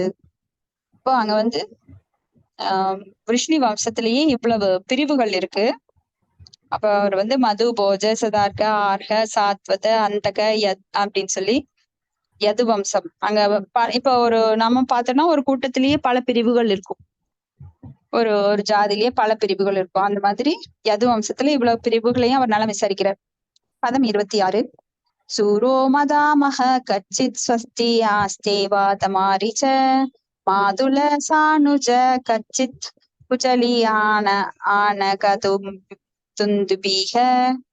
மொழிபெயர்ப்பு. மரியாதைக்குரிய எனது பாட்டனார் சூரசேனர் மகிழ்ச்சியுடன் இருக்கிறாரா? எனது தாய் மாமனான வாசுதேவனும் அவரது இளைய சகோதரர்களும் நலமா? ஒவ்வொருத்தரா விசாரிச்சுட்டு வர்றாரு இவர் ஏன் இவ்வளவு சோகமா வந்திருக்காருன்னு சொல்லி. பதம் 27. சப்தஸ்வசாரஸ்தத் பதின்யோ மாதுலான்ய சகாத்மஜா ஆசதே சஸ்னுசா சேமம் தேவகி பிரமுகா ஸ்வயம். மொழிபெயர்ப்பு. தேவகி தலைமையாக கொண்ட அவரது 7 மனைவிகளும் சகோதரிகள் ஆவர். அவர்களும் அவர்களது மகன்களும் மருமகன்களும் மகிழ்ச்சியாக இருக்கிறார்களான்னு கேட்கிறார். பதங்கள் 28, 29. கச்சித் ராஜா சுகோ ஜீவதி அசத் புத்ரோ ஆஷ்ய சானுஜ ஹ்ரிதீத சசூதோ அக்ரூரோ ஜயந்தோ கத சாரணா ஆசதே குச்சலம் கச்சித் ஏச சத்ருஜிதாதயஹ கச்சித்தாஸ்தே சுபம் ராமோ பகவான் சாஸ்வதா பிரபு. மொழிபெயர்ப்பு. படிக்கிறேன். சரி. சரிங்க மாதாஜி. தீயவனான ஹம்சனை மகனாக பெற்ற உக்கிரசேனரும் அவரது இளைய சகோதரரும் இன்னும் உயிருடன் இருக்கிறார்களா? இருதீகரும் அவரது மகன் கிருதுவர்மனும் மகிழ்ச்சியுடன் உள்ளனரா? அக்ரூரர், ஜெயந்தர், கத, சாரணர் மற்றும் சத்ருஜித் ஆகிய அனைவரும் நலமா? பரமபுருஷரும் பக்தர்களின் காவலருமான பலராமர் எப்படி இருக்கிறார்? பொருளுரை: பாண்டவர்களின் தலைநகரான ஹஸ்தினாபுரம் தற்போதைய புதுடெல்லிக்கு அருகில் இருந்தது. துவாரகையிலிருந்து டெல்லிக்கு திரும்பும் வழியில் அர்ஜுனன் மதுராபுரியை காண சென்றிருப்பார். எனவே மதுராபுரி அரசரை பற்றிய கேள்வி சரியானதுதான். உறவினர்களின் பல பெயர்களுக்கிடையில் ராம அல்லது பலராமர் என்ற பெயரும் சேர்த்துக் கொள்ளப்பட்டுள்ளது. பகவான் பலராமர் பகவான் ஸ்ரீ கிருஷ்ணரின் பிரகாச விக்கிரகம் எனப்படும் விஷ்ணு தத்துவ விரிவாங்கமாவார். எனவேதான் அவரது பெயருடன் இங்கு பரமபுருஷர் என்ற சொற்களும் இணைந்து கூறப்படுகிறது. பரமபுருஷர் இரண்டற்ற ஒருவரே என்றாலும் அவர் தம்மை பல்வேறு ஜீவராசிகளாக விரிவடைய செய்கிறார். விஷ்ணு தத்துவங்கள் வேறு ஜீவராசிகளாக விரிவடைய செய்கிறார். விஷ்ணு தத்துவங்கள் பகவானின் விரிவாங்கங்களாவர். அவர்கள் தன்மையிலும் அளவிலும் பகவானுக்கு சமமானவர்களாவர். ஆனால் பகவானின் ஜீவசக்தி விரிவங்கங்கள் ஒருபோதும் பகவானுக்கு சமமானவர்கள் அல்ல. ஜீவசக்தியும் விஷ்ணு தத்துவம் சமமானவை என்று நினைப்பவன் தண்டிக்கப்பட வேண்டியவனாவான். ஸ்ரீராமர் அல்லது பலராமர் பக்தர்களை காப்பவர் ஆவார். பலதேவர் எல்லா பக்தர்களுக்கும் ஆன்மீக குருவாக செயற்படுகிறார். அவரது காரணமற்ற கருணையினால் வீழ்ந்த ஆத்மாக்கள் விடுதலை அடைகின்றனர். பகவான் சைத்தன்யர் தோன்றிய காலத்தில் பலதேவர் ஸ்ரீ நித்யானந்த பிரபுவாக தோன்றினார். மேலும் பகவான் நித்யானந்த பிரபு அவரது தனிப்பெருங்கருணையினால் மிக மிக இழிவடைந்த ஆத்மாக்களான ஜஹாய் மதா எனும் இரட்டையர்களை காப்பாற்றினார். எனவேதான் பலராமர் இங்கு முக்கியமாக பக்தர்களை காப்பவர் என்று குறிப்பிடப்படுகிறார். அவரது தனிப்பெருங்கருணையினால் தான் ஒருவரால் பகவான் ஸ்ரீ கிருஷ்ணரை அணுக இயலும். எனவே தூய பக்தர்களை காத்தருளும் ஆன்மீக குருவாக தோன்றியுள்ள ஸ்ரீ பலராமர் பகவானின் கருணை அவதாரம் ஆவார். ஹரே கிருஷ்ணா மாதாஜி. ஹரே கிருஷ்ணா மாதாஜி. இப்போ யுதிஷ்டிர மகாராஜா என்ன ஆச்சுன்னு தெரியலையே அப்படின்னு அவரா கேள்வி கேட்டுட்டே வர்றாரு. அவர் பதில் சொல்றதுக்குள்ள அவருக்கு பொறுமை இல்ல. அப்போ எல்லாரும் நல்லா இருக்காங்களா, எல்லாரும் நல்லா இருக்காங்களா, அக்ரூரர், ஜெயந்தர், சத்ருஜித் இவங்க எல்லாம் நல்லா இருக்காங்களா, யாருக்கு என்ன ஆச்சுன்னு தெரியலையே அப்படின்னு சொல்லி கேட்டுட்டே இருக்கார். அப்புறம் பலராமர் எப்படி இருக்கார் அப்படின்னு கேக்குறாரு. இப்போ ஹஸ்தினாபுரம் அவன் பாண்டவர்களோட தலைநகரம். இப்ப புதுடெல்லிக்கு பக்கத்துல இருக்கு. அப்போ வர்ற வழியிலேயே அவர் மதுராபுரிக்கும் போயிருப்பாரு அப்படின்னு சொல்லி அதை பற்றியும் விசாரிக்கிறார். இப்ப இங்க பலராமரை பற்றி சுருக்கமா சொல்றாங்க. பலராமர் பகவானுடைய முதல் விரிவங்கம். பகவான் கிருஷ்ணரிட்ட இருந்து பலராமர் சேஷரூபர். பகவான் தன்னை ரெஸ்ட் எடுக்கிறதுக்காக என்ன பண்றாரு, பலராமரா தன்னையவே மாற்றிட்டு சேஷரூபமா மாறி படுக்கையா அந்த படுக்கையா தன்னை மாத்தி அதுல நித்திரை கொள்கிறார். அவர்தான் பலராமர். அப்ப இவர் பிரகாச விக்கிரகம், அதாவது விஷ்ணு தத்துவம். விஷ்ணு தத்துவம் அப்படிங்கிறது அந்தரங்க சக்தியினால உருவாக்கப்படுறது. அங்க வெளிப்புற சக்திக்கே இடம் கிடையாது. ஆனா தடஸ்ர சக்தியான நாம பகவானுக்கு சமமானவர்கள் கிடையாது. பகவானோட அம்சமாகவே இருந்தாலும் நாம விஷ்ணு தத்துவத்துக்கு இணையானவர்கள் கிடையாது. நாமெல்லாம் ஜீவ தத்துவம். விஷ்ணு தத்துவம் வேற, ஜீவ தத்துவம் வேற. பகவானுக்கும் நம்மளுக்கும் அதே குணம் இருந்தாலும் பகவான் அளவு சக்தி வாய்ந்தவர்கள் கிடையாது. ஏன்னா நாம அந்தரங்க சக்தியின் கட்டுப்பாட்டுக்குள்ள வெளிப்புற சக்தியின் கட்டுப்பாட்டுல இருக்கிறோம், முக்குணங்களோட கட்டுப்பாட்டுல இருக்கோம். ஆனா பகவான் என்றுமே அவரது அந்தரங்க சக்தியின் கட்டுப்பாட்டுல பகவானோட விரிவங்கங்கள். ஏன்னா பகவானுக்கும் விரிவங்கங்களுக்கும் வேறுபாடு கிடையாது. அவரே ஸ்வயம் பிரகாசம். அந்த மாதிரி பலவாக தன்னை விரிவங்கம் பண்ணிக்கிறார். இந்த மெயின்டெனன்ஸ்க்காக, டிஸ்ட்ராய் பண்றதுக்காக ருத்ரரா வர்றாரு. அப்ப பகவானே அந்த மாதிரி தன்னை பலவாக விரிவங்கம் பண்ணிக்கிறார். புருஷ அவதாரம், மன்வந்திர அவதாரம், யுக அவதாரம், குணாவதாரம், இப்படி பல வகையில வர்றார். இப்ப ஸ்ரீராமர் அல்லது பலராமர் பக்தர்களை காப்பவர். பலராமர் நம்ம சொல்லும் போது என்ன மந்திரம் சொல்றோம்? ஹரே கிருஷ்ண கிருஷ்ண கிருஷ்ண ஹரே ஹரே, ஹரே ராம ராம ராம ஹரே ஹரே. இங்க ராமா என்கின்ற சொல் எதை குறிக்கிறதுனா பலராமரை குறிக்கின்றது. ஏன்னா பலராமர் தான் ஆதி குரு நம்மளுக்கு எல்லாம். அதனால யாரெல்லாம் பக்தி வேணும்னு நினைக்கிறாங்களோ கண்டிப்பா பலராமரை கும்பிடணும். குருவுக்கெல்லாம் குரு அவர். அப்போ பலராமர் வந்து ரொம்ப கருணை வாய்ந்தவர். அதுவும் இந்த கலியுகத்துல ஜெகாய் மத்தாயின்னு சொல்லி ஒரு மோசமான ஆட்களுக்கு அவர் கருணை வாரி கொடுத்திருக்காரு. அவங்களுக்கே கிடைச்சது அப்படின்னா நாமெல்லாம் கண்டிப்பா பகவானை வழிபட்டோம் அப்படின்னா கண்டிப்பா நம்ம. ஆமாங்க மாதாஜி.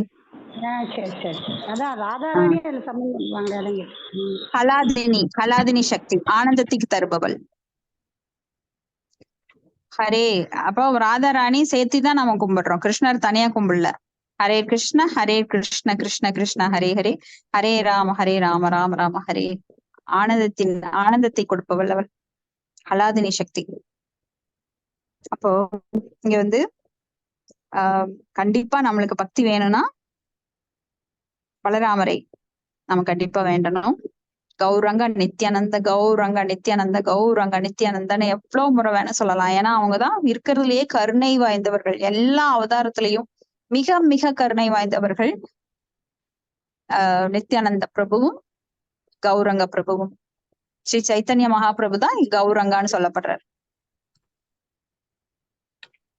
அவரது தனிப்பெருங்கருணையினால் ஒருவரால் பகவான் ஸ்ரீ கிருஷ்ணரை அழுக இயலும். அவரோட பர்மிஷன் கிடைச்சாதான், முதல்ல குருவோட பர்மிஷன், அப்புறம் நம்மளுக்கு பலராமரோட பர்மிஷன் கிடைச்சாதான் கிருஷ்ணரை நாம் அணுக முடியும்.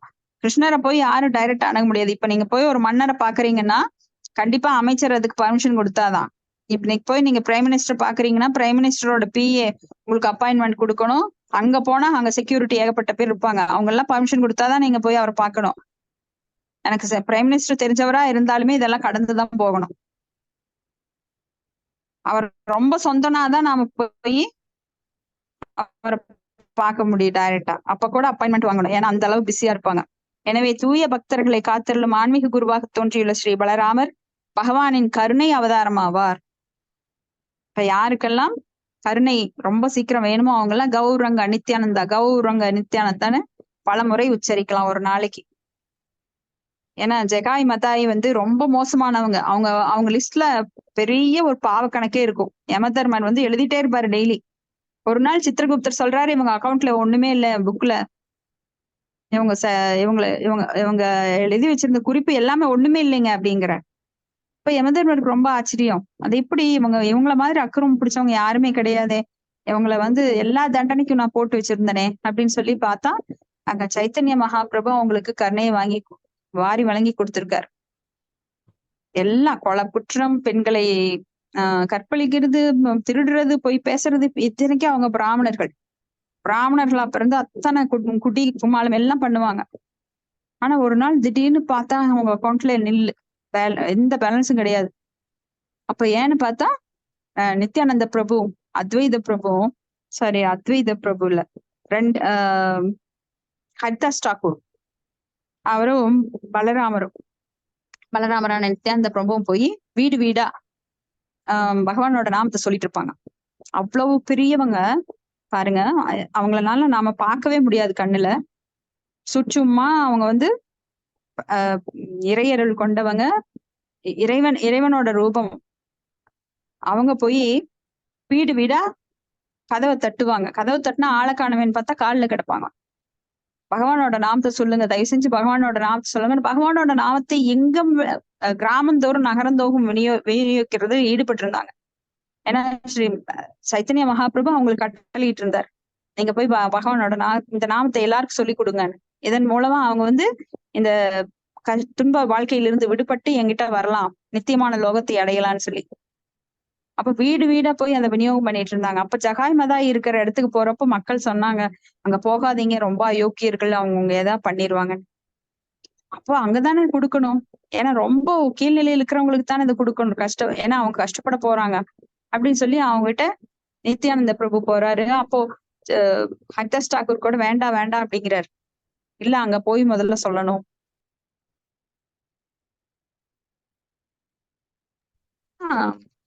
அந்த குடிச்சிட்டு அந்த பானை எடுத்து வீசுறாங்க.